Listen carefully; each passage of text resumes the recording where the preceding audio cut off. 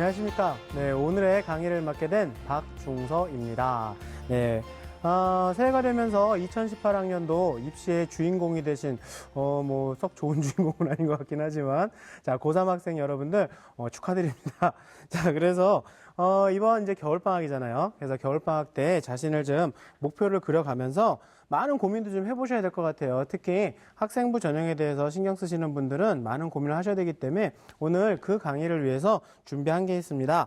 2018학년도 대비 자연계 학생들을 위해서 학과별 여러분들이 지원하고자 하는 학과에 대한 수시 전략을 준비를 했습니다. 자, 그래서 학과에 대한 그 시작은 첫 번째로 학과에 대한 정확한 내용들을 아셔야 될 것 같아서요. 자신의 꿈과 희망하는 학과에 대한 내용들을 좀 준비를 좀 했고요.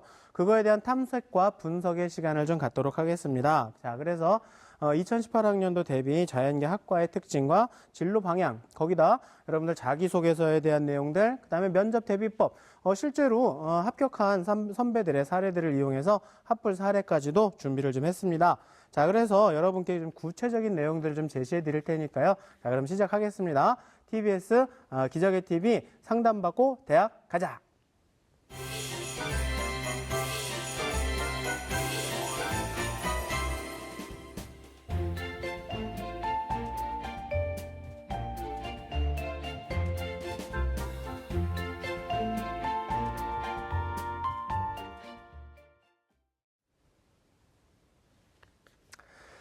자, 먼저 본격적인 강의에 들어가기 전에요. 대입 전략에 대한 큰 그림을 좀 보여드릴게요. 어떻게 해서 이제 우리가 큰 작전들을 그려야 되는지를 간단히 좀 보여드릴 텐데요. 화면에서 보시는 것처럼 고등학교 1학년 때서부터는요, 여러 가지를 다 준비하셔야 돼요. 그래서 교과를 위한 내신도 준비하셔야 되고요.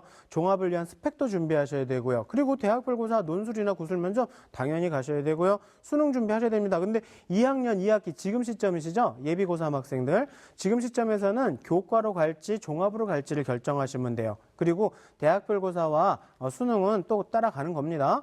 그리고 올해지. 올해 이제 3학년 1학기 기말고사가 끝나고 나시면 교과로 가시게 될지, 종합으로 가시게 될지, 논술이나 구술 면접, 즉 대학별고사를 보시고 가시게 될지를 결정하시되 수능은 또 계속 따라다니는 겁니다. 최저 학력이라는 것도 있는 거고요. 그리고 최저가 없더라도 교수님들은 수능이 지금으로서는 가장 객관적인 실력을 평가할 수 있는 도구라고 생각을 하시기 때문에 관심이 좀 많으세요. 근데 거기다 대고 교수님들이 최저 없다 하더라도요. 학생 수능은 잘 봤습니까? 이렇게 구술 면접할 때 물어볼 수 있거든요. 거기다가 저는 19999 받았습니다. 비둘기도 아니고 어디 가시려고 그러시는 거예요. 별로 좋은 평가를 받을 수 없습니다. 그래서 수능은 계속 같이 따라가야 되는 거고요. 점점 학년이 올라가면서는 전략을 줄여나가시는 게 맞다라는 겁니다. 그래서 그런 큰 그림들을 좀 아시고 진행하시면 될 것 같고요. 자, 그러면 본격적인 시작으로 자연계열 학과 정보와 합불 사례서부터 천천히 알아보도록 하겠습니다. 제가 먼저 학생부 교과 전형 합불 사례서부터 준비를 좀 했는데요. 일단 학생부 교과 전형은 내신의 영향이 상당히 크잖아요. 그래서 내신이 좋은 학생들이 많이 간다. 내신이 안 좋은 학생도 갈 수는 있어요. 그 대신에 대학이 점점 레벨이 조금 낮아질 수 있다는 것만 아시면 되고요. 제가 오늘 말씀드리는 학교들은요, 좀 최상위 학교에 대한 걸로 얘기를 좀 드리려고요. 그래서 서울에서도 좀 일반고에서는 한 1.9등급 이내 정도는 돼야 되고, 자사고나 특목고도 2점대 초반에서 3점 중반대까지도 돼야 될 그런 학생들이 학생부 교과 전형에서도 이제 좀 최상위 대학들을 노려볼 만하다라는 겁니다. 자, 그러면 합불 사례를 좀 보면서 말씀을 좀 드리도록 할게요. 자, 일단 왼쪽이 합격 사례고요. 오른쪽이 불합격 사례입니다. 자, 보시면 아시겠지만 오른쪽 학생이 내신이 더 좋아요. 학생부 교과 전형은 내신이 좋은 친구가 붙는 게 아닌가요? 맞아요. 근데 왜 내신이 더 좋은 친구가 떨어졌나요? 자세히 보세요. 어떠세요? 너무 활동을 안 했지. 자기 내신 좋은 것만 굳게 믿고 있었던 거예요. 그건 별로 좋은 방법이 아닙니다. 교수님이 불합격 사례인 친구한테 물어보셨대요. 너 학교는 다녔니? 학교 다니면서 뭐 했니? 그랬답니다. 그러니까 아무리 학생부 교과 전형이라 하더라도요. 왼쪽에 있는 학생처럼 어느 정도 학교에 대한 충분한 기본적인 생활은 충분히 하셔야 된다는 거 잊지 마시고 내신만 좋다고 합격할 수 있다는 건 절대 아니다라는 거 아셔야 될 것 같습니다. 자, 그래서 제가 학생부 교과전형과 종합전형에 대한 합불 사례를 비교해 드릴 건데요. 아주 노골적으로 같은 대학교, 같은 학과를 교과전형으로 간 친구와 종합전형으로 간 친구를 비교 분석해 드리려고 해요. 그래서 화면을 보시면 아시겠지만요. 학생부 교과전형으로 붙은 친구들 역시 앞에서 말씀드린 것처럼 내신은 굉장히 좋아야 되고요. 종합전형으로 갈 경우에는 내신이 조금 부족해도 됩니다. 근데 내신이 부족한 대신에 스펙이 좋으셔야 되겠죠. 그러면 실제 합불 사례를 보면서 말씀을 좀 드릴게요. 자, 일단 교과전형 합격 사례입니다. 자, 보세요. 내신이 1.09래. 정말, 네. 얘는 공부만 하는 애인가 봐요. 그래요.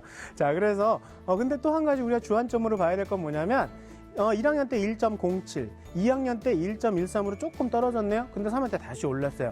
여러분들 이렇게 내신 곡선이 V자 곡선을 그리는 학생들이 상당히 좋은 평가를 받을 수 있다는 거. 그러니까 여러분들 작년에 여러분들 2학년 때 기말고사 망치셨잖아요. 어떻게 하냐고요? 네, 저는 다 알아요. 하지만 어때? 3학년 1학기가 남았습니다, 여러분들. 올리세요.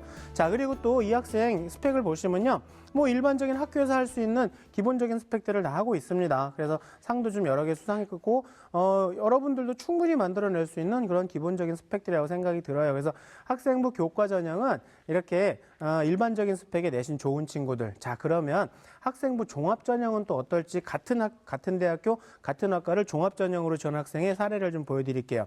앞선 학생보다 내신이 조금 부족합니다. 근데 역시 내신 곡선이 V자를 그리고 있는 거 중요한 거죠. 그럼요. 자, 근데 그 학생보다 스펙이 조금 더 많다라는 게 보여지십니까?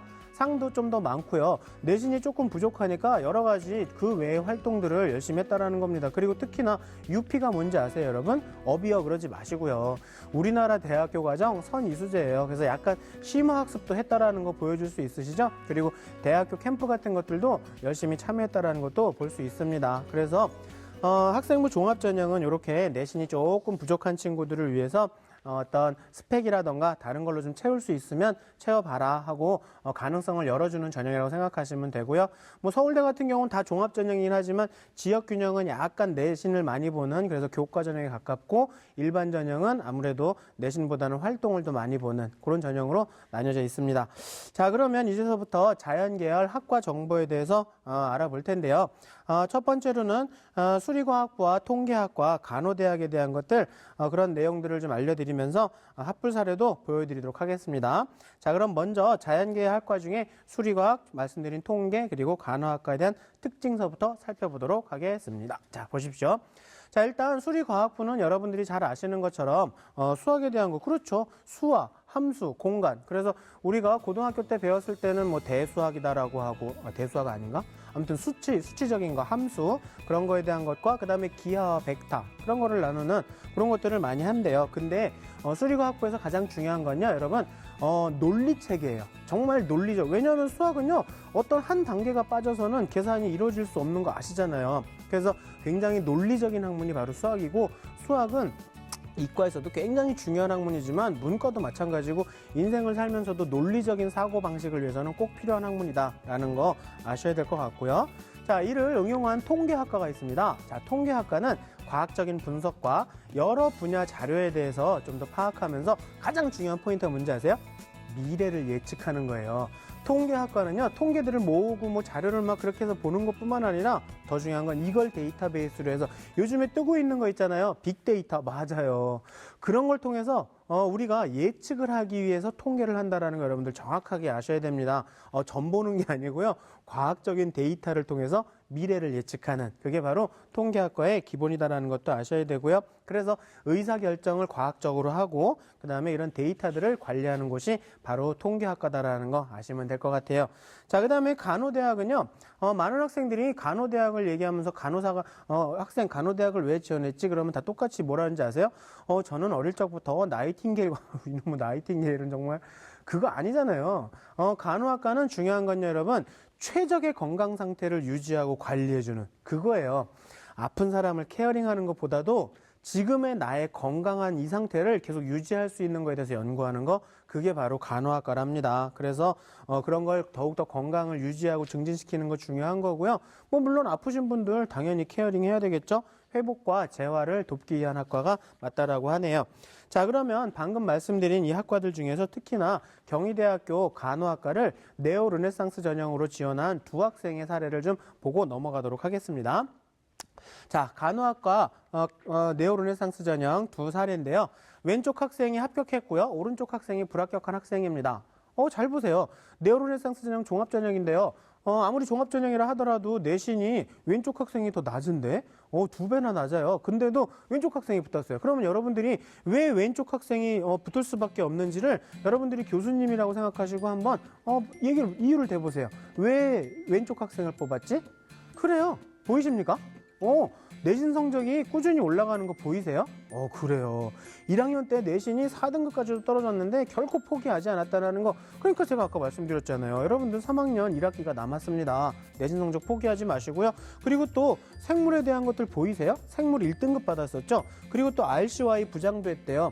간호는 봉사의 직업이에요. 그러니까 당연히 봉사활동에 대해 연계성 있는 동아리 활동도 했죠. 그리고 또 초등학교 때서부터 부모님과 함께 봉사활동을 어디서 했대요? 병원에서 꾸준하게 했다라는 거. 그러니까 자기는 정말 꿈이 간호사가 맞다라는 걸 실질적으로 몸으로 보여줬던 거고요. 그리고 또 봐봐라. 선행상, 효행상, 모범상 같은 것도 받았어요. 자기의 인성이 된다라는 것도 보여주는 겁니다. 간호사 착해야지, 그쵸? 그럼요. 그런 자기가 착하다라는 것도 저런 상을 통해서 보여줬지만 불합격 사례는 내신은 상당히 좋았었지만 나머지 것들에서 별로 이렇게 눈에 띄는 게 없었어요. 그리고 마지막에 추천서에도 보시면 선생님이 좀 왜 그렇게 적어주는지 모르겠지만 좀 이기적이라고 별로 안 좋은 표현이죠. 그치? 그리고 또 무단지각도 좀 있었대요. 조금 불성실한 면이 있었나 봅니다. 자, 그래서 이런 것들을 보시면서 여러분들의 전공 적합성, 그러니까 여러분들의 목표는 대학이 먼저가 아니라 뭐가 먼저다? 그렇죠. 학과나 직업이 먼저다라는 걸 잊지 마시고 자기 직업과 학과에 대해서 구체적으로 알아두시자고 오늘 이 수업을 하는 겁니다. 자, 그러면 다음 자연계열 학과 정보를 통해서요. 물리학 전공이라던가 그다음에 천문학 전공, 화학부에 대한 특징을 좀 알아보도록 하겠습니다. 자, 그러면 물리학 전공서부터 보시면요. 물리학은요.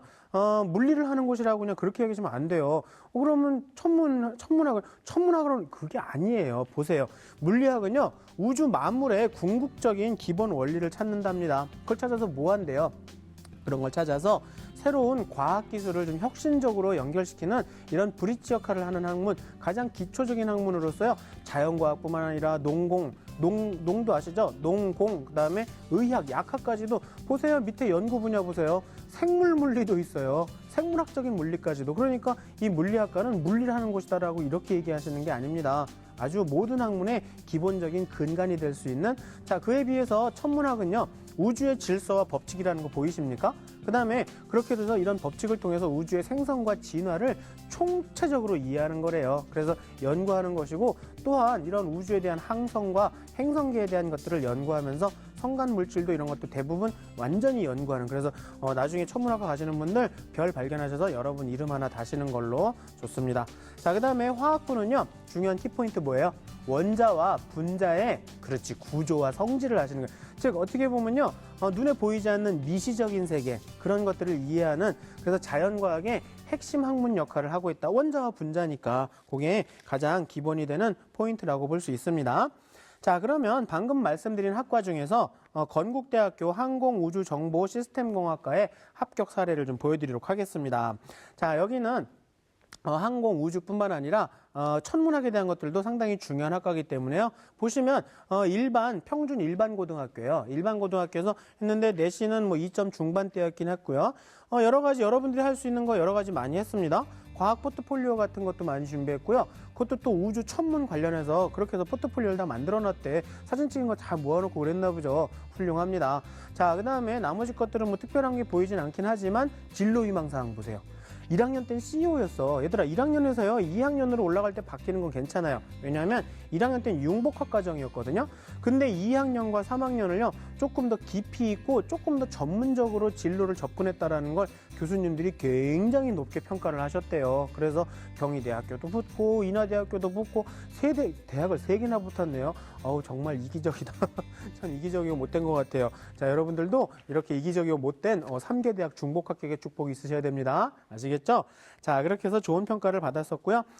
특별한 스펙으로 눈에 띄는 건 없었지만 일반고에서 할 수 있는 최선의 스펙이었다고 생각을 하신다는 거죠. 그리고 여러 가지 소논문에 대한 연구 발표도 했을 뿐만 아니라 내신도 향상됐고 자기소개서와 구술 면접에서는 아주 구체적인 자기 진로를 보여줬다 그래서 좋은 평가를 받았다고 합니다. 자, 그러면 또 숭실대학교에서 물리학과 SSU 미래인재 전형으로 합격한 학생의 사례도 좀 보여드릴게요.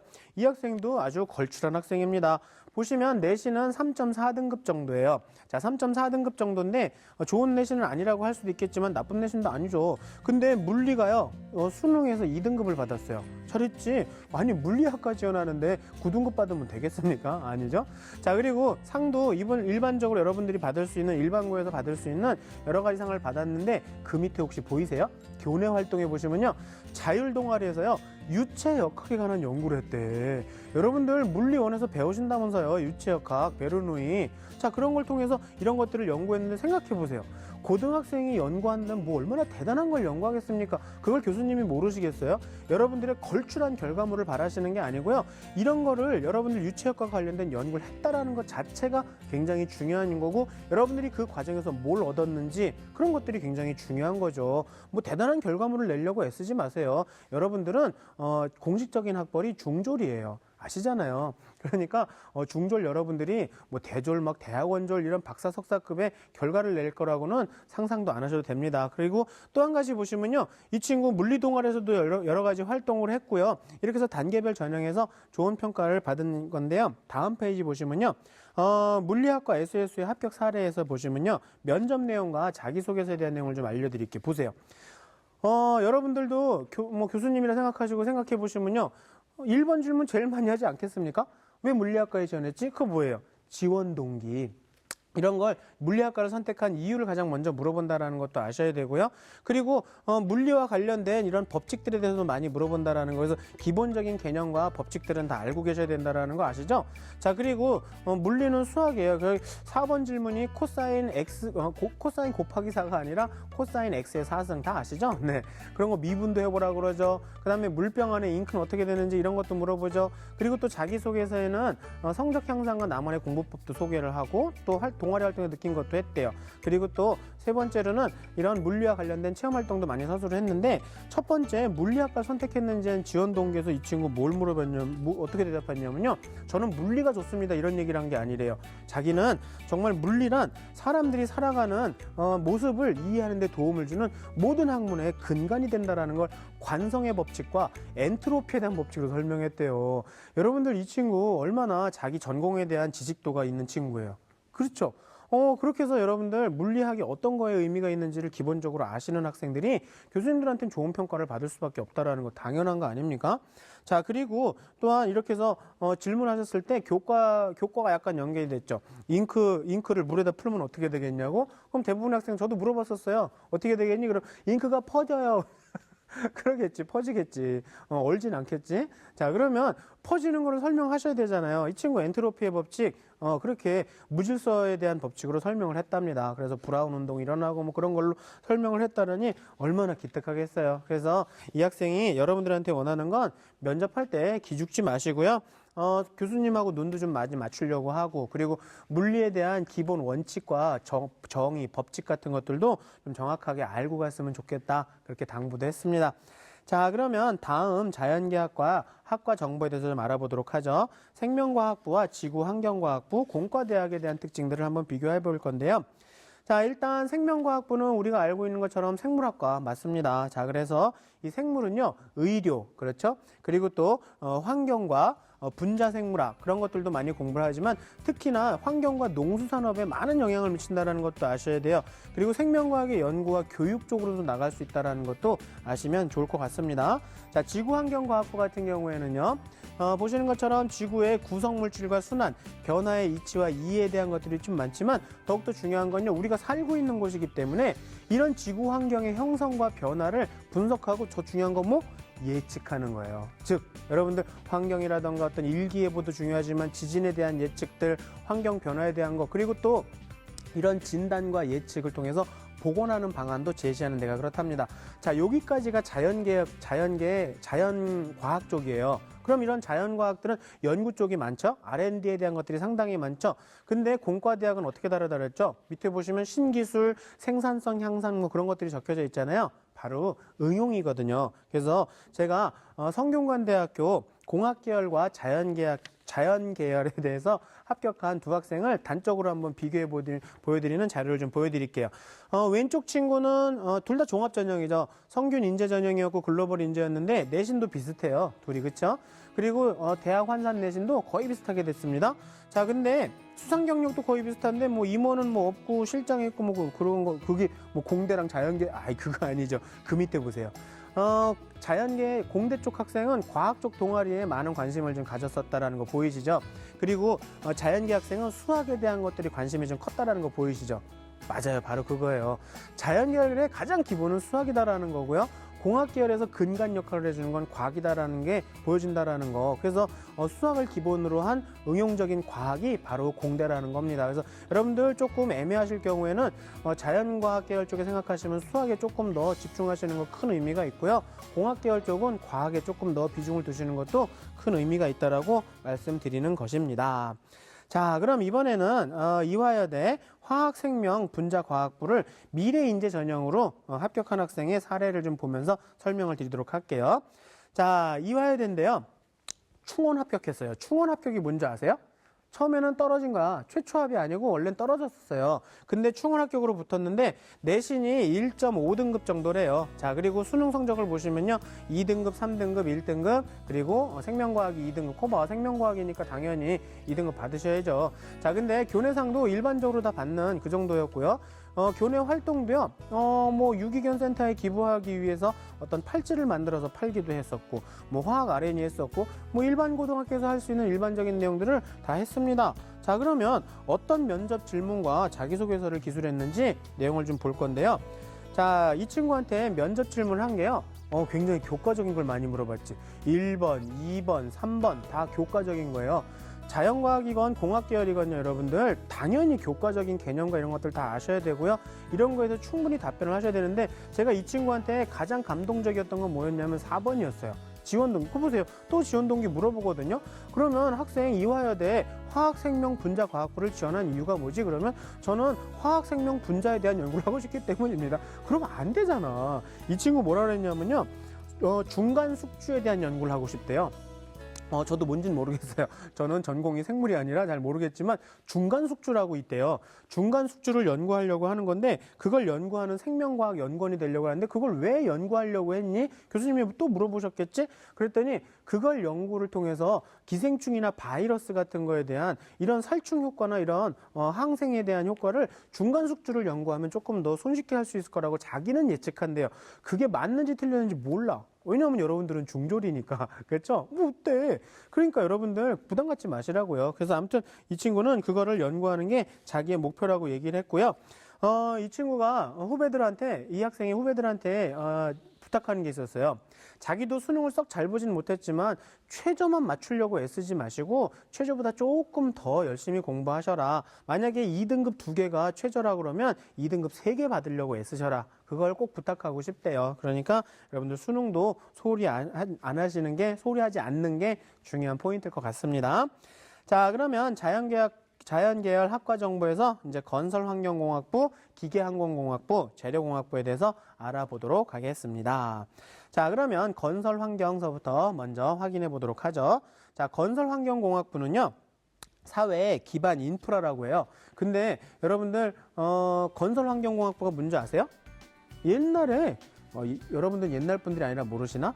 토목공학과 그거 아세요? 그래서 사회 기반 인프라예요. 그래서 도로, 다리, 댐, 그다음에 어떤 상하수도에 대한 설비들, 그러니까 도시공학하고도 깊은 연계성이 있죠. 그런 걸 설계하고 건설 유지하는 것이고요. 더 중요한 건 사람들이 직접 사는 데니까 요즘에 또 얼마 전에 싱크홀 같은 것도 문제됐었잖아요. 그러지 않게 안전하고 지속 가능한 삶을 제공하는 게 이들의 목표라는 거 아시면 되죠. 자, 그다음에 기계항공공학부는요. 이건 설명 안 해도 되죠? 요즘에 기계가 아닌 게 어디 있어? 그렇죠. 거의 다 대부분. 그래서 자동차, 고속열차, 항공기술, 인공지능 이런 거 다 그런 것들에 대해서 전체적으로 다 특히나 또 로봇이잖아요. 로봇. 그렇죠. AI까지 해서 그런 것까지 해서 첨단 핵심공학의 학문이다라는 거 알아두시면 되고요. 재료공학부는 여러 가지 재료의 기본적인 단위의 제조와 적용에 대한 거, 그러니까 이런 신소재라든가 이런 것까지 다 하는 거 맞죠? 그래서 재료공학부는 그런 재료에 대한 연구를 하는 것이라고 보시면 될 것 같고요. 자, 그러면 세종대학교 기계항공우주공학부에 합격한 창의인재 전형으로 합격한 학생의 사례를 좀 보도록 할까요? 자, 보시면 내신은 2.99였어요. 2.99 정도였지만 교내 수상이 교외 수상이 되게 많네. 오, 그래요. 좋습니다. 근데 교내 수상도 되게 많아요. 그래서 여러분들 내신이 조금 부족할 경우엔 저렇게 쌓을 수 있는 것들이 있으면 열심히 쌓으시고 상도 좀 받아보시란 얘기입니다. 그리고 교내 활동은요, 청소 동호회도 열심히 했고요, 과학부 동아리도 열심히 했는데 저 청소가 참 그래요. 어떤 학생들이 선생님, 제가 그랬어요. 학생한테. 학생, 넌 일부러 그런 거야, 일부러. 학생, 넌 맨날 청소만 했니? 너 봉사 시간 따려고 일부러 청소만 한 거지? 그렇게 진짜 그냥 떠보려고 그렇게 질문했어요. 했더니 그 친구가, 아니 선생님, 청소가 어때서요? 선생님, 청소가 진정한 봉사의 정신을 알아볼 수 있는 거 아닙니까? 제가 깨끗이 치워놓은 깨끗한 환경에서 학생들이 즐겁게 공부하는 걸 보면서 저는 보람을 느꼈습니다. 그게 봉사의 정신 아닌가요? 저한테 되묻는 거예요. 나는 그냥 일부러 그런 거긴 했지만 저도 큰 감명을 받았죠. 학생들 청소 봉사하는 것들도 여러분들한테는 큰 의미가 있다라는 거 맞잖아요. 그렇죠? 청소가 즐거운 사람이 어디 있어. 그렇죠? 그러니까 청소 봉사도 여러분들 진정성을 갖고 하시라는 얘기예요. 무슨 말씀인지 아시겠죠? 자, 그럼 계속해서 보겠습니다. 자, 이 학생 보시면요. 면접 질문에서는 이런 걸 물어봤대요. 지원한 동기가 뭐냐라고 물어봤대요. 왜 지원했겠어요? 기계공학을 하기 그게 아니었고요. 이 친구 앞에서 보셨는지 모르겠지만 로켓을 하고 싶대요. 로켓. 그래서 로켓 실험에 대한 것들도 많이 했고요. 자기는 로켓 공학자가 되겠다는 확고한 목표와 의지를 갖고 있었답니다. 근데 제가요, 이 학생한테 굉장히 감명받은 게 있었어요. 4번 보세요. 면접 질문에 4번 보시면요. 엔진과 터빈에 대한 언급을 했는데 둘의 차이는 뭔지 혹시 알고 있니? 뭐 이런 것도 질문하셨대요. 이 친구가요. 전 몰라요. 이게 뭔지. 근데 엔진과 터빈을 정확하게 구분해서 설명을 했고요. 또 한 가지 그냥 로켓 공학자가 되는 게 아니라 자기는 로켓 엔진을 연구한다. 어디 가서 어디라 그랬더라? 한국 우주산업연구원에 가서 로켓 엔진에 대한 연구를 하고 싶대요. 이렇게 구체적으로 제시할 수 있다는 거, 이게 굉장히 감동적인 거죠. 여러분들 단순히 그냥 항공에 대한 연구, 우주에 대한 연구, 로켓에 대한 연구 이렇게 하지 마세요. 구체적인 것들을 여러분들이 되시는 게 상당히 큰 의미가 있을 것 같고요. 이 친구는 노즐에서 엔진 분사되는 노즐에서 베르누의 원리가 있고, 그리고 또 내면 연소도 있고 단면 연소도 있고 이런 거에 대해서 많은 공부를 했대요. 여러분들 공부에 대해서 시간 많이 뺏기는 거 압니다. 많이 쫓기는 거 알지만 자기의 꿈과 희망을 위해서 잠깐 시간을 내서 이런 것들을 조금 더 찾아보고 고민해보고 이런 것들도 중요한 요소가 된다라는 거 잊지 마시고요. 학생부 종합전형에서는 그런 학생을 뽑는다라는 거 꼭 알고 계셔야 됩니다. 자, 아시겠죠? 자, 그러면 자연계열 학과별 면접 사례를 잠깐 보여드릴게요. 그래서 면접은 어떻게 되는지를 그냥 개략적으로 제가 그냥 샘플로 준비를 했으니까 보시면 될 것 같아요. 위에 친구는 재료나 화학공학부였고요. 밑에 친구는 생명공학부였어요. 그래서 이런 질문들이 많이 있었답니다. 재료나 화학 쪽에서는 유기물과 무기물의 차이는 뭐냐? 화학공학이 다른 분야에는 어떤 영향을 미칠 수 있겠느냐? 그런 것도 물어보셨다는데 3번 보세요. 미적분을 초등학생에게 설명할 수 있도록 해보래요. 아니, 초등학생이 미적분을 어떻게 알아? 이렇게 하는 게 아니죠. 그렇게 쉽고 자세하고 구체적인 내용을 좀 설명해 보면서 그 학생의 논리력을 검증하겠다는 뜻이에요. 무슨 말씀인지 아시겠죠? 아주 쉽고 자세하게 설명할 수 있는 능력을 검증해 본다. 그 학생의 논리력. 그래서 여러분들 어떤 설명을 하시든지 간에 좀 자세하게 설명할 수 있는 그런 논리력을 좀 연습하시는 게 좋을 것 같고요. 생명공학부 친구들은요, 환경오염에 대한 거, 그 다음에 생명공학에서 자기가 하고 싶은 일, 그리고 또 자신과 똑같은 애들을 이렇게 복제하게 되면 어떻게 할지를 말해보시오. 이렇게 하는 거, 이런 것들에 대해서 자기가 상상하면서 한번 답변을 해보세요. 그렇게 해서 자기가 이런 거에 대해서 좀 관심도 많이 가져 있고 전공적인 기초적인 지식이 있다라는 것들을 보여주셔야 될 것 같습니다. 자, 다음으로는요, 자연계열 학과정보에서 전기정보공학부와 컴퓨터공학부에 대해서 좀 알아볼 텐데요. 전기정보공학부는 전기랑 정보 하겠지, 그치? 그러면 안 된다고 했습니다. 자, 그럼 보세요. 화면을 보시면요, 전기, 전자, 제어 계측 분야에 대한 연구라는 거래요. 여러분들 혹시 제어 계측이 뭔지 아세요? 제어 계측이라는 거 손쉽게 아주 제일 쉬운 건 뭐냐면 엘리베이터를 생각해 보세요. 엘리베이터에 한 사람이 탔을 때하고 15명이 탔을 때하고 엘리베이터가 올라가는 속도가 달라지면 되나요? 안 되죠. 한 명이 탔을 때건 15명이 탔을 때건 같은 속도로 움직여야 되잖아요. 그런 것들을 제어하고 관리하면서 모터의 힘을 얼마나 세게 할지 뭐 이런 것들을 연구하는 거, 전기는 얼마나 공급해야 되는지 이런 것들을 계산하고 계측을 하는 게 바로 전기 정보 제어 계측 그런 거래요. 그게 가장 중요한 거랍니다. 그래서 이런 것들을 연구하는 데가 거기고요. 자, 두 번째로 뭐 컴퓨터공학부는 뭐 제가 설명 안 드려도 여러분들 더 잘 아시죠. 뭐 스마트폰, 인터넷 뭐 그런 것뿐만 아니라 뭐 여러 가지 컴퓨터와 관련된 것들 모든 것들을 다 하는 곳이니까 뭐 소프트웨어도 있고요. 근데 특히나 요즘에 핫 이슈가 뭔지 아시죠? 그래, 인공지능. 그렇죠? 여기 나온 것처럼 인공지능에 대한 것들도 하셨는데 제가 하나 샘플을 보여드릴 거예요. 자, 지금 화면에 보시는 학생은요. 서울대학교 컴퓨터공학부 일반 전형에 합격한 학생에 대한 건데요. 일반 고등학교였고요. 자, 잘 보세요. 내신 뭐 1.6등급 서울대 가려면 그 정도 해야 되는데 뭐 썩 좋은 내신은 아니긴 한데요. 저기 스펙 중에 눈에 띄는 거 있으세요? 아, 사이버 영재센터 수료? 아니, 저거 인강 본 거예요. 별로 중요한 거 아닙니다. 그 밑에 거 보이세요?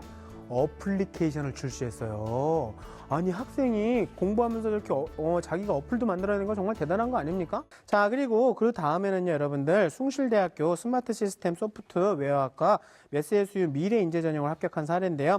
이 학생은 전체적으로 보시면요, 뭐 이 학생도 뭐 특별하게 눈에 띄는 건 많진 않아요. 근데 수학과 관련된 것들이 좀 많이 보인다라는 거 아시겠죠? 그래서 수학 동아리도 열심히 했고 수학 교과 우수상도 3번이나 받았고 학교에서 컴퓨터와 관련된 소프트웨어 관련된 게 뭐가 있을까요? 고민하지 마세요.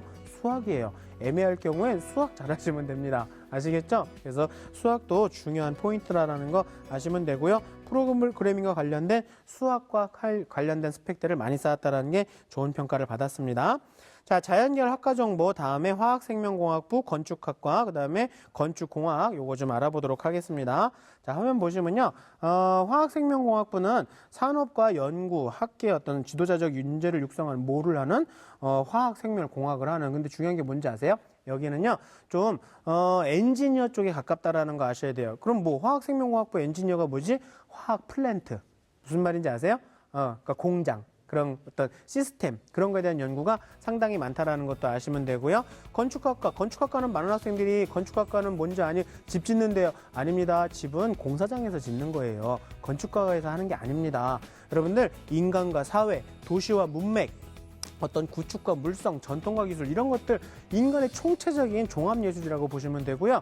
이거와 달리 건축공학은요. 그거에 대한 또 엔지니어링이에요. 이거는 실제로 건물을 짓는 거죠. 그래서 환경이라던가 구조, RC 스틸이라던가 구조 설계에 대한 것들 이런 걸 통해서 건물을 짓는 게 건축공학이다라는 거 아시면 될 것 같아요. 자, 그러면 인하대학교 건축공학과를 학생부 종합전형으로 합격한 학생의 좀 사례를 보면서 어떤 활동들을 좀 했는지 확인해 보도록 하겠습니다. 내신은 한 3.4 정도 됐었고요. 진로 동아리도 열심히 했지만 아까 보이십니까? 여기 보시면요. 물리 경시대회가 자꾸 보여요. 여러분들 건축공학은 물리가 연계성이 큽니다. 당연하죠. 그리고 물리 동아리 활동도 했지만 진로 동아리로서 건축과 관련된 것도 했대요. 여러분들 자기가 만약에 적당한 동아리가 없으면 친구들과 함께 자율 동아리를 만드시는 것도 나쁘지 않을 것 같아요. 그래서 이 학생의 면접 질문과 자기소개서 내용을 좀 보면요. 면접 질문에서는요, 건설연구원이 되려면 어떤 과정을 거쳐야 하나요? 라고 물어보셨대요. 건설연구원이 뭐 하는 사람인지 알고 가야 된다는 뜻이겠죠? 그리고 또 어떻게 사회에 기여할 수 있는지 그런 것도 물어보셨고요. 물리 실험들을 통해서 아들한테 어떻게 진행했니? 그런 것도 물어보셨대요. 그러니까 거짓말은 안 된다라는 거 아실 수 있겠죠? 그래서 자기소개서 이런 것들에 대한 질문, 저기도 답변도 많이 좀 올려놓긴 했지만 예상하지 못한 질문들이 있어서 당황했긴 했지만 자기는요, 건설에서 가장 중요한 건요, 안전이라고 생각했대요. 포인트를 콕 집어냈죠. 대단합니다. 자, 그러면 그 다음 학과들 산업공학과 에너지 원자핵도 한번 확인해 보도록 하겠습니다. 자, 산업공학과는요, 과학적 원리나 경영 전략을 좀 접목하는 거고요. 자, 그 다음에 종합적인 경영 전략을 과학적으로 풀어나가는 거래요. 자, 그 다음에 에너지 자원에서는 에너지 자원의 생산과 재활용 이런 것들 또는 지구 환경에 대한 것들 그런 것들이 중요한 포인트들이라고 하고요. 원자핵공학과는요, 단순히 원자력 발전에 대한 게 아니라 미래 에너지에 대한 게 굉장히 크다라는 거 보이시죠? 요즘에는요, 원자력 발전도 물론 연구하지만 핵융합공학 이걸 준비하고 있대요. 그래서 그런 것들이 원자핵공학에서도 진행된다라는 거 아시면 될 것 같습니다. 자, 다음은요, 조선해양공학과 식물생산, 작물생명 이런 데도 한번 알아보도록 하죠. 조선해양 당연하죠? 맞습니다. 선박과 해양 구조물에 대한 설계, 그리고 식물 생산은요, 식물의 유전자에 대한 연구가 주 포인트고요. 작물 생명에서는요, 육종이래요. 육종이 뭔지 아시죠? 어저께도 나왔던데 딸기가요, 주먹만한 게 나왔어요. 그런 것들을 연구하는 곳이랍니다. 그래서 그런 것들이 주된 포인트라는 거고요. 그 다음이요, 응용생물화학부하고 응용생명화학전공과 응용생물학을 좀 알아보도록 하겠습니다. 여긴 대부분 응용이잖아요. 그래서 어떤 농업에 대한 응용적인 측면을 좀 준비하고 있는 것이고요. 농업 생산력을 제고하고 농업 환경을 개선하는 게 응용생물화학부고요. 생명화학 전공에서는 약간 물질이 생성되는 기초 원리에 대한 것들이 많답니다. 그래서 화학과 생물학적인 것들. 그 다음에 응용생물학은요, 해충이래요. 해충 방제에 대한 거. 생산성을 높이는 거라는 거죠. 자, 그래서 지역균형으로 합격한 학생을 좀 사례를 좀 보면요. 이 학생도 보시면요, 좀 낯선 학문이긴 하지만 그것과 관련된 것들이 많았었어요. 생명과학 R&E도 했었고요. 그 다음에 또 이런 화학과 생물과 연계된 것들 충분히 열심히 해서 보여줬었고요. 생명과학 R&E 활동에서는 또 응용생물에 대한 것들을 특히 준비를 했다라고 하네요. 그리고 독서도 많이 했다라고 하는 겁니까? 이런 것들에 대해서 전공을 얼마나 잘 알고 있는지를 보여주고 있는 좋은 사례입니다. 자, 그래서 나머지 것들 좀 보여드리면요. 이렇게 해서 조경에 대한 것, 자연과학 계열에서 조경 시스템과 조경학 전공, 시스템, 지역 시스템 전공까지, 요게 이제 마지막 학과들인 것 같으니까 그거까지 보시고 가시겠습니다. 자, 조경 지역 시스템 공학부는요, 어떤 외부 환경에 대한 것들이 좀 많대요. 그래서 인간들이 살기 위한 어떤 외부 환경에 대한 것들이 많았고요. 그 다음에 조경학은 그런 것들에 대해서 기획하고 계획하고 설계하고 어떤 영향평가라든가 관리 감독도 하는 데를 합니다. 그 다음에 지역 시스템 공학은 지속 가능한 공간에 대한 것들이 많다라고 하네요. 그 외에도 여러분들 제가 많은 것들을 좀 준비를 하긴 했는데 여러분들한테 좀 자세히 설명하다 보니까 뭐 나머지 것들은 여러분들이 대부분 아는 뭐 의대 계열이라든가 수의학 계열이라든가 뭐 그런 것들이 좀 많으니까요. 그 정도는 여러분들이 충분히 알 것 같아서 제가 여러분들한테 좀 낯선 거 위주로 많이 좀 말씀을 드렸습니다. 자, 그러면 여러분들 여태까지 제가 보여드렸던 학과들 화면 다시 한번 보시면서요. 되짚어 보고 전하는 말씀 보시고요. 다시 오겠습니다.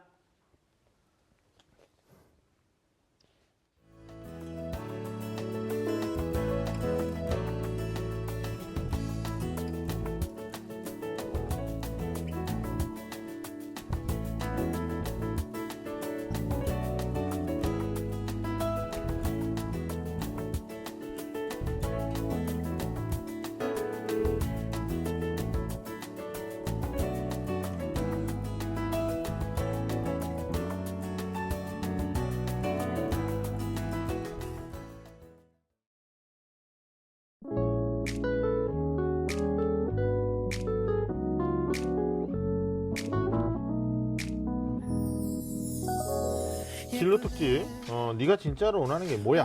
입시하면 이거 진로랑 뗄래야 뗄 수 없잖아요. 2016년 진로교육 현황조사라는 걸 해봐서 네. 상위 한 10개 학생들이 선호하는 가장 일 잘한다는 사람들을 모아놓고 꿈이 뭐냐라고 물어봤더니 아니 이현 선생님 너무 빨리 달려가셔가지고 아니 이게 어젠 너무 좋은 꿈을 꿨어. 자, 2부 강의 시작하겠습니다. 자, 2부에서는 자연계열 수시 지원을 위해서 우리가 뭘 준비해야 되는지 준비 사항들에 대해서 알아보도록 하겠습니다. 자, 그러면 수시 지원의 사전 준비 사항들을 좀 알아볼 텐데요. 자연계열 사전 준비 사항에는 어떤 것들이 있는지 제가 간략하게 좀 말씀을 드리면요. 일단 앞에서 제가 계속 말씀드렸잖아요. 제일 중요한 포인트가 뭔지 아셨어요? 제가 그 학과에 대해서 하나하나 설명한 이유를 아시겠어요? 여러분들 지원학과와 관련된 지원 동기를 정확하게 좀 만드시는 거, 그 다음에 그거에 대한 기초 지식과 여러분들 가서 뭐 공부하실지 아셔야 되잖아요. 그러니까 그런 것들 기본적으로 알고 가시라는 거 하나. 그리고 또한 그거를 준비하시면서요, 여러분들의 어떤 취미나 특기나 이런 것들에 대한 것들도 많이 준비를 좀 하셔야 돼요. 그래서 어떤 학생들 구술 면접하는데 학생의 장단점에 대해서 설명해 볼래? 잠시만 시간을 주십시오. 아니, 자기를 그렇게 몰라. 19년을 살아오면서. 여러분들 사전에 준비하셔야 됩니다. 그리고 또 학교에서 여러 가지 활동하신 거 있으시잖아요. 그래서 어떤 봉사활동 했던 거, 클럽이나 동아리 활동하셨던 것들, 그 다음에 교우 관계에 대한 것들, 이런 것들에 대해서 여러분들 기본적으로 준비하고 가셔야 되고요. 그리고 또 자기의 또 그 다음에는 수시 지원에서 또 한 가지는 여러분들 그 장래 희망에 대한 것들 있잖아요. 자기의 본인의 희망과 포부, 그리고 대학 생활에 대한 거. 학생, 대학에서는 어떤 계획을 가지고 뭘 준비해서 갈 건지 한번 얘기해 보세요. 저는 대학에 와서 신나게 놀겠습니다. 너 나가세요. 그래요. 무슨 말인지 아시겠죠? 그런 게 아니잖아요. 그 대학교 학과에서의 커리큘럼과 연구소 이런 것들도 좀 연구하시고요. 준비해서 가시면 좋을 것 같고요. 그리고 또 대학 재학 기간에 꼭 하고 싶은 거, 저는 미팅을 열심히 하겠습니다. 이러시면 안 돼요. 여러분들 그 대학에 대해서 뭘 준비해서 뭘 공부하고 싶은지 그런 걸 자기소개서에도 좀 적으시고, 추천서에도 좀 선생님이 조금 적어주시면 더 좋겠죠? 그리고 학생부에도 살짝 진로에 대한 것들이 좀 나와야 되는데, 여러분들 특히나 자기소개서라든가 추천서라든가 학생부에 대한 내용은 알고 가셔야 되는데요. 여러분들은 추천서에 있는 내용은 못 보는 거 아시죠? 그래요. 원래 봐서는 안 됩니다. 그러니까 선생님한테 선생님 제 추천서에다 어떤 내용 기재해 주셨는지 간략하게 말씀해 주시면 제가 준비해 가겠습니다 라고 얘기를 하셔서 개략적인 내용을 듣고 가시면 될 것 같고요. 자, 그 다음에 또 한 가지 여러분들 기출문제도 좀 풀어보고 가셔야죠. 면접하시면서 어떤 것들을 많이 물어봤는지 그런 것들, 그 다음에 어떤 수정하는 연습들, 그 다음에 추억에 대한 것들, 기억에 남는 선생님들, 자기의 독서 내용들도 좀 정리하고 가셔야 돼요. 그 책에서 읽은 것들, 그래서 거기서 뭘 얻었는지 그런 것들에 대한 것들을 충분히 준비하고 하시는 걸로. 아시겠죠? 자, 그러면 전공 적합성을 위해서 전공별로 주요 사항을 제가 앞에서 설명드렸지만 또 간단히 정리해 드릴 겁니다. 그래서 전공 적합성을 위해서는 전공별로 어떤 주요한 사항들이 있는지 화면 보면서 설명을 드리도록 하겠습니다. 자, 일단 사범계열에서는요, 교육 철학이 제일 중요해요. 그래서 자기는 왜 사범계열을 통해서 교육을 하려고 하는지 본인의 철학을 얘기하셔야 된다는 거. 그래서 그런 것들을 꼭 갖고 가셔야 되고요.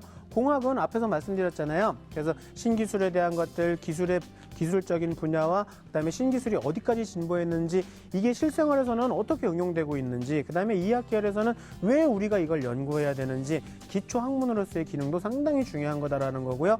의학 간호에서 가장 중요한 키포인트가 뭔지 아세요? 저기 있는 세 줄 있잖아요. 하나, 둘, 셋 딱 있잖아. 그 중에서 제일 중요한 게 뭔지 아세요? 바로 여러분들 봉사의 마인드와 윤리적인 책임감이다라는 거 잊지 마세요. 안정적인 직업과 많은 돈을 너희들 그러시면 절대 안 된다라는 거 무슨 말씀인지 아시겠죠? 그래서 그렇게 기본적으로 알고 가셔야 될 것 같고요. 자, 다음은 비교과 영역에 대한 평가 방식을 좀 설명을 드리도록 하겠습니다. 자, 그래서 많은 비중을 차지하고 있는 종합 전형에서요, 어떤 비교과형의 평가 방식에 대한 건데요. 화면에 보시는 거는요, 교수님들이 중요하다고 생각하는 것들을 이렇게 좀 표시를 해놨어요. 그러면 여러분들 저기 3번하고 10번까지 있어요. 3번서부터 10번 중에 여러분들이 보시기에 교수님들이 중요하다고 생각하는 건 몇 번과 몇 번이세요? 뭐 고민을 하십니까? 동그라미 제일 많은 게 중요한 거죠. 몇 번과 몇 번? 4번하고 10번이에요. 수상 경력 많이 보신대요. 그리고 종합 의견도 많이 보신대요. 근데 약간 우리가 조금 속상한 게 수상 경력을 많이 보신다 그러면 나는 상 많이 못 받았는데 대부분 학교에서들 보시면요. 상 받는 친구들만 받는다라고 불만들을 많이 토로하시는, 그게 사실이잖아요. 상을 전교생한테 골고루 나눠주면 그게 무슨 상이니? 그렇죠? 그러니까 여러분들 상을 그렇게 받는 건 맞는데 교수님들 얘기로는요. 그렇게 생각해서 상은 어차피 받는 애들만 받기 때문에 나는 아예 못 받을 거 뭐하러 나가요? 그런 애들한테는 좀 얘네들을 필터링하기 위해서 저런 걸 두셨대요. 무슨 뜻이냐면요. 상 못 받아도 좋으니까 열심히 참여해달래요. 그러면 상을 많이 받은 친구들과 비슷한 점수까지 만들어줄 수 있는데, 여러분들 상을 못 받으면요. 수상 경력이 없으면 학생부에 기재 안 되잖아요. 그렇지. 자기소개서 쓰면 되지. 자기소개서에다가 자기는 열심히 했는데 좀 실력이 부족했던 것 같다. 저는 대학 가서 더욱더 반말로 하시면 안 됩니다. 대학 가서 더욱더 열심히 공부하겠다. 이렇게 적어주시면요. 그걸로도 좋은 평가를 보여줄 수 있대요. 그러니까 여러분들 수상 경력 상 못 받더라도 열심히 참여하시는 학생들은 여러분들 좋은 효과가 있는 거고요. 그리고 진로 희망 사항도 중요한 것 중에 하나다라고 하잖아요. 구체적인 직업을 적으시는 거. 앞에서 사례 여러 가지 보셨잖아요. 그러니까 구체적인 직업을 적도록 여러분들 워크넷이나 커리어넷 가시면요. 좋은 정보 많아요. 거기서 직업 검색 한번 해보시고요. 우리 또 한 가지 비교과형의 평가 방식에서는 독서도 중요하게 생각한다라는 거 아시죠? 여러분들 이제 고3 되셨으니까 바쁘시고 힘드신 거 알겠지만요. 이번 겨울방학 때 독서 많이 하셔야 돼요. 책 많이 읽으셔야 됩니다. 그래서 추가로 자기 전공과 연계된 책도 좀 읽으시면서 독서하셔야 되고요. 시간 없다고 그러지 마시고요. 누구에게나 24시간이야. 아시겠죠? 그리고 여러분들 종합의견란도 꼭 한번 체크해 보세요. 선생님이 어떻게 적어주셨는지, 교수님들이 거기서 여러분들의 인성평가도 하고, 그리고 또 여러분들이 학교 생활에서 어떤 평가를 받았었는지 그런 것들을 꼼꼼히 보신답니다. 그래서 그런 것들이 비교과형의 평가 방식이다라는 거 잘 알아두시고요. 자, 다음으로는 자연계열에서 어떤 스펙이 좀 도움이 되는지 화면을 통해서 여러분들께 알려드리도록 할게요. 자, 화면을 보시면요. 의치, 약학, 한의학에서 필요한 것들 아까 보셨잖아요. 병원 봉사했다는 간호도 마찬가지였죠. 그런 봉사가 기본적으로 필요하고 그다음에 수학, 생물, 화학에 대한 이런 경시 당연한 거죠. 그리고 공학도 이런 캠프 특히나 공학에서는요 발명대회 같은 것들 되게 좋게 본대요. 그리고 자기 지역에 혹시 공장이나 국립연구소가 있으면 그런 데 가서 여러분들 청소라도 좀 하세요. 아시겠죠? 그러면 그런 것도 큰 의미가 있어. 그리고 자연과학계에서도 어떤 캠프들, 그다음에 교내에서 어떤 연구 동아리 같은 것들, 그리고 이런 연구할 때 꼭 소논문을 만들어서 결과물을 만들려고 애쓰지 마세요. 그 과정이 더 중요한 거다라는 거. 교수님들이 11개 대학 대표 교수님들, 그 입학처장에서도 입학처장님들 오셨을 때도 얘기하시더만 소논문이 그렇게 중요한 것은 아니다. 그 과정이 더 중요한 거다. 아시겠죠? 자, 그래서 생명은 또 이런 캠프도 중요하지만 생태나 환경 봉사도 중요한 거고요. 사범 교육은요, 제가 아까 말씀드렸죠. 교육 철학도 중요한 거고 그 교육 철학을 여러분들이 교육 봉사로 보여주셔야 됩니다. 그래서 교육 봉사가 필수적이다라는 거 아셔야 될 것 같고요. 자, 그러면 자기소개서 작성의 팁을 좀 알려드릴게요. 그래서 화면을 통해서 무작정 자기소개서 쓰시는 것보다는요, 기본적인 뭐가 있어야 되거든. 그럼 뭐가 있어야 되는지 알려드릴게요. 자, 화면을 보시면요. 일단 자기소개서 작성 전에 자료를 좀 수집하셔야 되는데요. 진로와 관련돼서는 전공에 대한 지식이 좀 있으셔야 되는데요. 그리고 전공에 대해서 그 대학 학과 웹을 보시면 되잖아요. 그리고 교과나 비교과에서 열정이 그 전공과 관련된 것들이 뭐가 있는지 학생부에서 찾아내셔야 돼요. 그리고 구체적인 진로는 아까 말씀드렸죠? 워크넷하고 커리어넷. 그리고 대학별 학과의 차이점을 알아내셔야 됩니다. 한양대학교 건축공학과랑요, 고려대학교 건축공학과랑 약간 달라요. 한양대 건축공학과는 약간 이제 시공에 대한 것들이 많지만 고려대학교 건축공학과는 구조 같은 데 좀 집중되어 있대요. 그런 거 다 찾아내셔야 돼요. 그리고 대학 관련해서도 건학 이념이라든가 이런 것도 좀 아셔야 되고 최신 기술이라든가 어떤 이 시사 이슈에 대한 것들도 좀 준비하셔야 되는데 제가 이건 학생들한테 말씀드리는 게 아닙니다. 부모님들한테 말씀드리는 거예요. 솔직히 이거 다 찾기 정말 어려워요. 그러니까 부모님들이 좀 도와주세요. 그래서 여기에 대한 것들 부모님들이 한번 정보를 찾아주셔서 자제분들한테 주시면 자제분들은 그 다음 자기소개서의 골격 여기다가 그 내용들을 좀 추가하는 겁니다. 그래서 다음 화면을 보시면요.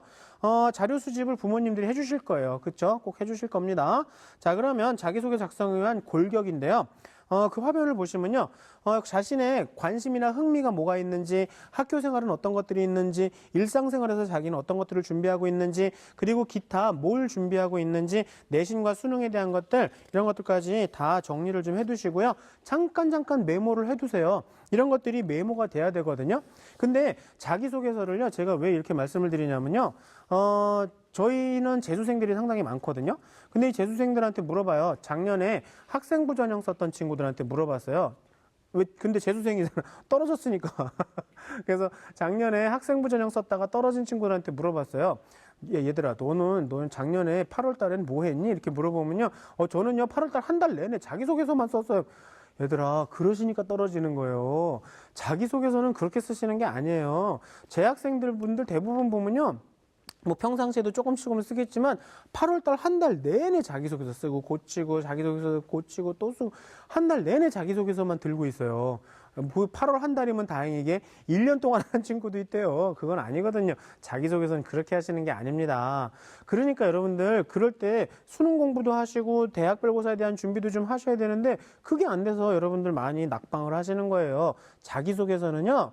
원서 접수하기 한 2주 전쯤에 이렇게 여태까지 모아둔 자료 있잖아요. 제가 여기서 화면에서 아까 보여드렸던 자기소개서의 어떤 기본 골격으로 계속 메모해 두시는 거예요. 지금서부터 자기소개서 그 기본 골격에 부모님들이 찾아주신 정보들을 가지고서요. 계속 메모하세요. 밑에다가 이렇게 답을 다시면서 나의 학교 생활은 어떤 게 있는지, 나의 취미와 특기는 뭔지, 내가 공부하고 싶은 분야 이 학과에서는 어떤 쪽으로 나가게 될 건지 이런 것들을 자꾸 메모만 해 두시는 거예요. 언제까지?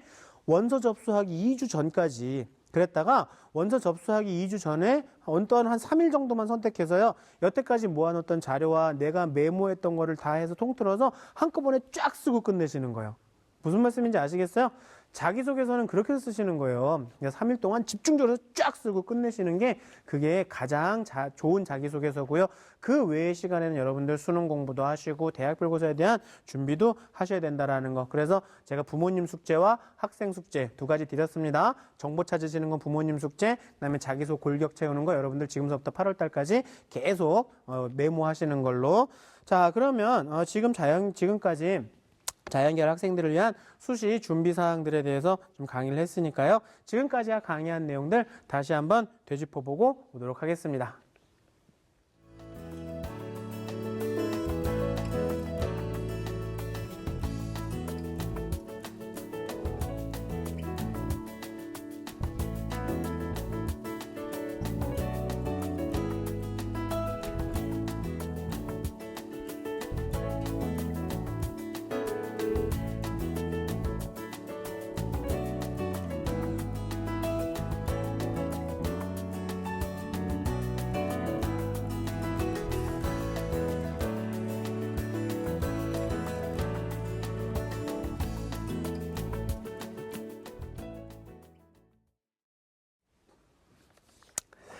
자, 어떻게 오늘 좀 여러분들 2018학년도 자연계열에 대해서 학과별 수시 전략 주제로 좀 말씀을 좀 드렸거든요. 좀 도움이 되셨나 모르겠어요. 열심히 한다고 했는데. 자, 그래서 여러분들 처음으로 올해 이제 73% 정도 되죠. 오우, 엄청납니다. 그러니까 당연히 수시에 대한 준비 잘 하셔야 되겠죠. 자, 그래서 여러분들 겨울방학 동안 좀 무엇보다도 여러분들 좀 적성에 대한 것과 꿈에 대한 것들을 좀 구체적으로 지금 시간이 마지막이에요, 여러분들. 제가 제 말이 말씀이 맞나 틀리나 보세요. 분명히 지금부터 준비해둔 게 여러분들한테 큰 도움이 될 거고요. 학과를 좀 탐색해 보시고요. 이번 강의들을 통해서 여러분들 좋은 결과를 맺으셔야 됩니다. 그래서 학생부 종합이건 교과건 좋은 성과 만드셔서 여러분들 대학 한 2개, 3개씩 붙으세요. 그래갖고 골라가는 축복 있으시길 바랍니다. 오늘 수고 많이 하셨고요. 감사합니다.